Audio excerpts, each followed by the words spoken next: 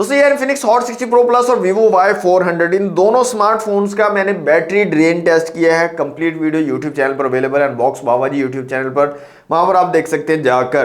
तो यहाँ पर मैं क्विकली आपको बताता हूँ कौन कौन से टेस्ट हमने रन किए और कितना बैटरी बैकअप इन दोनों स्मार्टफोन्स ने प्रोवाइड किया है। तो यहाँ पर मैंने यूट्यूब वीडियोस, टिकटॉक वीडियोस और इसके अलावा Antutu और 3D बेंचमार्क टेस्ट किए हैं। 3D बेंचमार्क का सिंपल स्ट्रेस टेस्ट और एक्सट्रीम स्ट्रेस टेस्ट ये अलग-अलग से किए हैं।